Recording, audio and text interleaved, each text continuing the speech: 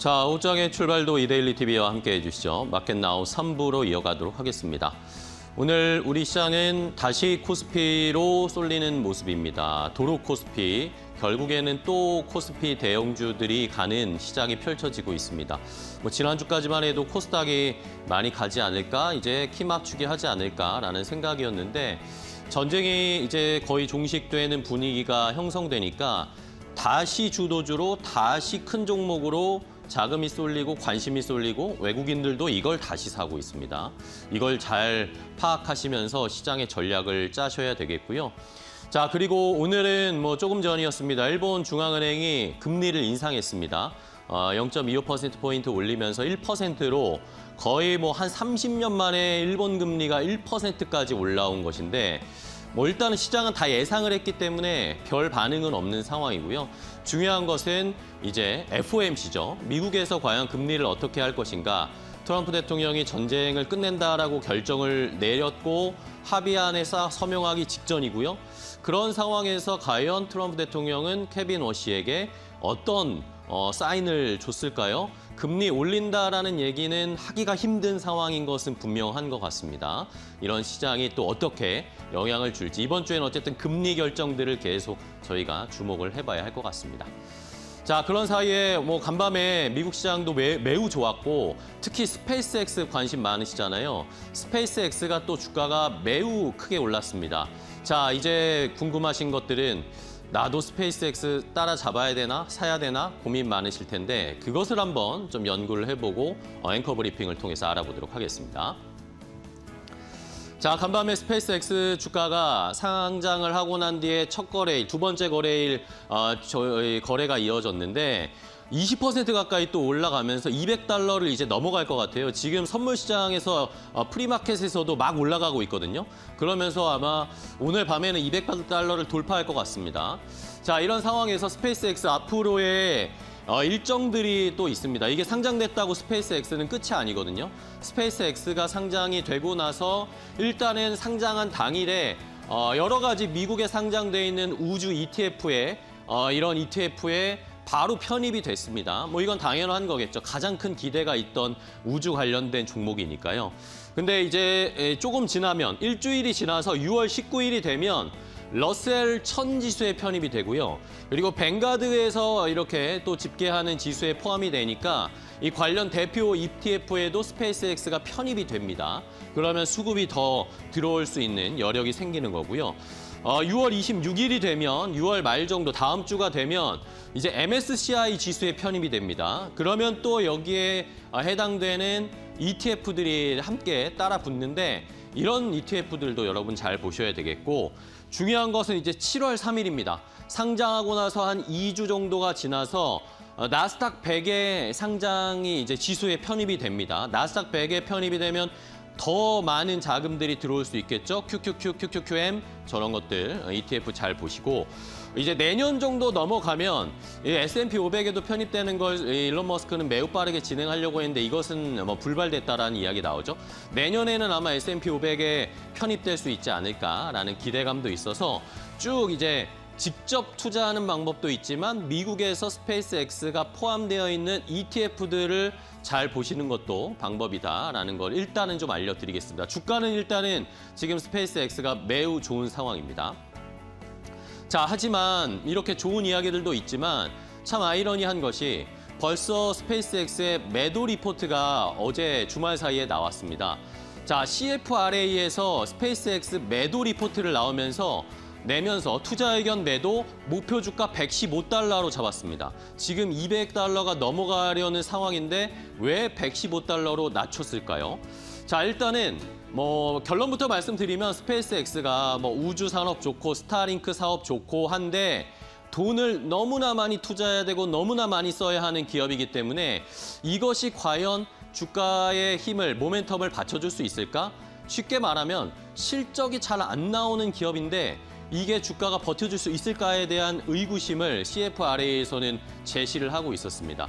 자, 일단은 스타링크 부분이 가장 많은 매출의 비중을 차지하면서 지금 현재의 실적액단에서 보면 스타링크 사업이 가장 중요한 스페이스X의 사업입니다. 그 다음에 이제 이 스페이스X의 우주선 발사하는 이런 관련된 사업도 내년 2023년보다 뭐 비슷한 수준으로 완만하게 증가를 하고 있어요. 스타링크는 그 대신에 또 빠르게 성장을 하고 있다는 걸 확인할 수 있고요. 자, 그다음엔 AI 쪽, 그록이라든지 XAI 이런 것들도 이제 딱 들어가는 사업이 함께 스페이스 X로 편입이 됐잖아요. XAI와 합병을 했으니까. 이런 상황에서 빠른 성장을 보여주고 있다라는 겁니다. 이러면서 매출은 2023년보다 작년에 완만하게 거의 80% 정도 증가를 하고 있는 상황이다라는 겁니다. 말씀드린 것처럼 스타링크에서 영업이익이 가장 많이 나오고 있습니다. 해외에서도 이제 스타링크, 우리나라에서도 지금 뭐 한국전력이나 공기업에서 스타링크 쓴다는 이야기 나오거든요.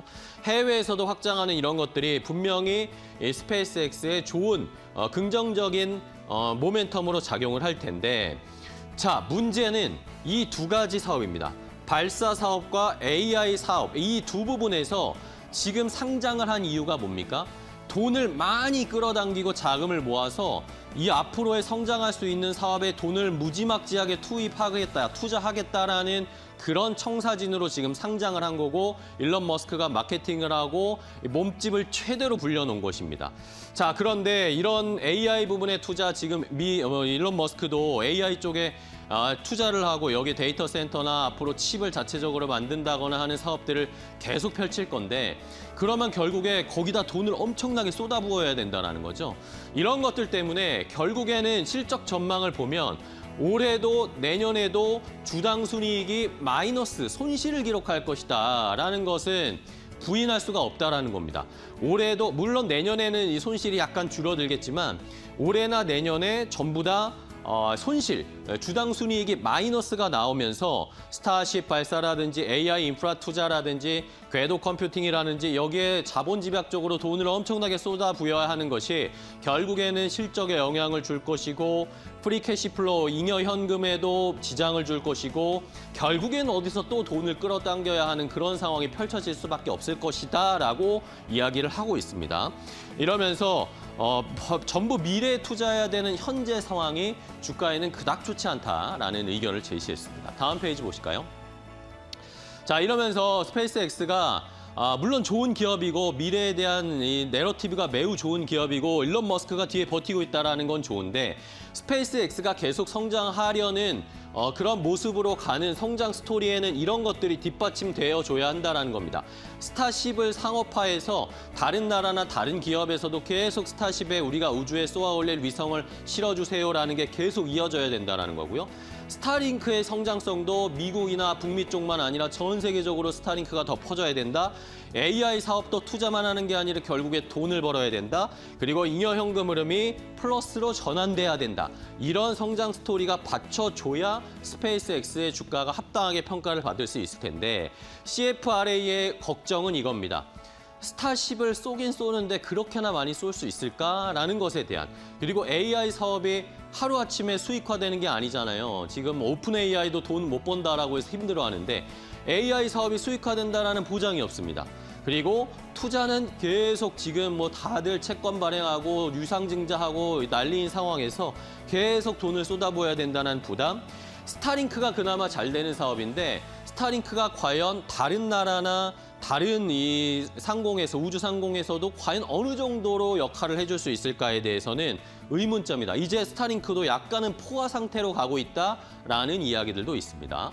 자, 그러면서 목표 주가를 115달러로 제시를 했고요. 기업 가치 이렇게 계산하면 시총의 1.5조 달러 정도로 계산을 했습니다.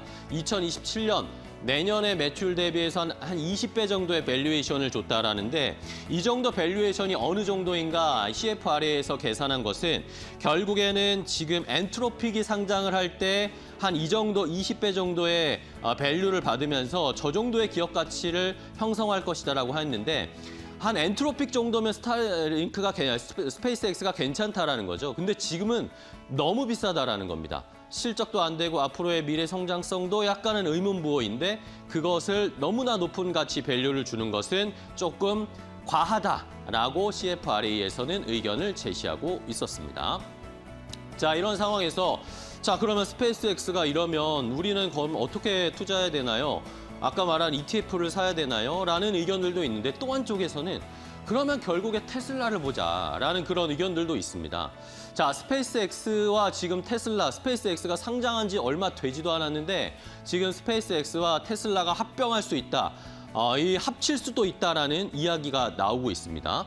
자, 쇼트웰이라는 스페이스X의 CEO가 최근에 뭐 언론이나 이런 데서 나와서 계속 이러한 이야기를 자꾸 던지고 있어요.